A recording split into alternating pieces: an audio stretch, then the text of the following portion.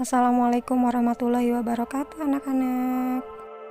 Masih semangatkah kalian? Hari ini kita akan belajar tema 9 sub 2 pembelajaran 4. Materi kali ini adalah hak dan kewajiban terhadap sumber daya alam.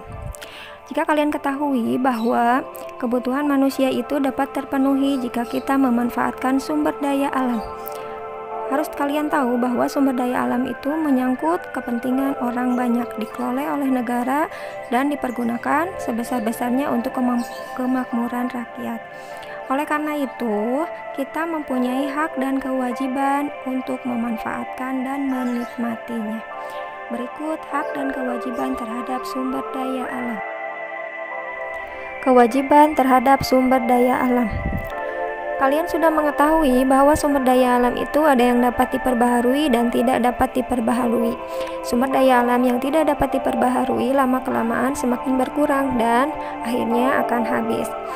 Oleh karena itu, kita harus pelestarian sumber daya alam. Bagaimana cara melestarikannya? Yaitu dengan menghemat pemakaian sumber energi, yang merupakan salah satu contoh cara melestarikan sumber daya alam. Menghemat sumber daya alam tidak hanya berfungsi untuk melestarikannya saja.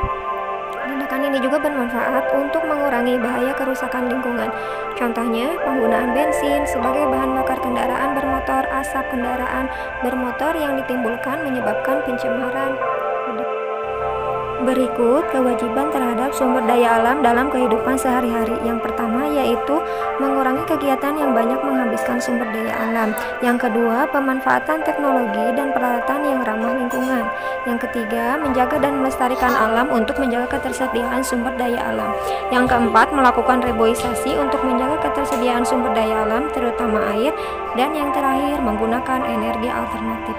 Nah, dari beberapa contoh berikut, apakah kalian sudah dapat membedakan atau mengetahui kewajiban kita terhadap sumber daya alam? Jika sudah, kita lanjut kepada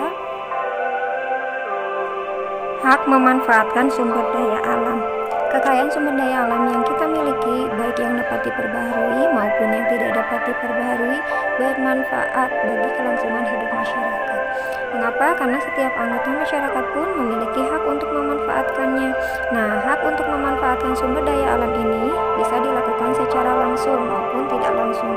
Bagaimana? Contohnya, dengan pemanfaatan secara langsung adalah hasil pertanian yang dapat langsung dikonsumsi oleh masyarakat. Sedangkan pemanfaatan tidak langsung artinya hasil dari sumber daya alam tersebut haruslah diolah terlebih dahulu agar dapat dimanfaatkan untuk kepentingan masyarakat. Nah, sekarang kalian cari contoh perilaku yang bertanggung jawab dalam memanfaatkan sumber daya alam dan contoh perilaku yang tidak bertanggung jawab dalam memanfaatkan sumber daya alam. Masing-masing 5 silahkan tulis di buku PKN.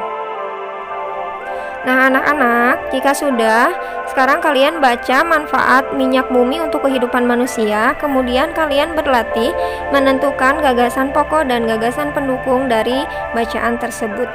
Jika sudah, silahkan kalian mencari informasi mengenai pembentukan minyak bumi, mengapa minyak bumi tidak dapat diperbaharui, dan sebutkan contoh pemanfaatan minyak bumi dalam kehidupan manusia. Semoga kalian memahami materi hari ini anak-anak. Wassalamualaikum warahmatullahi wabarakatuh.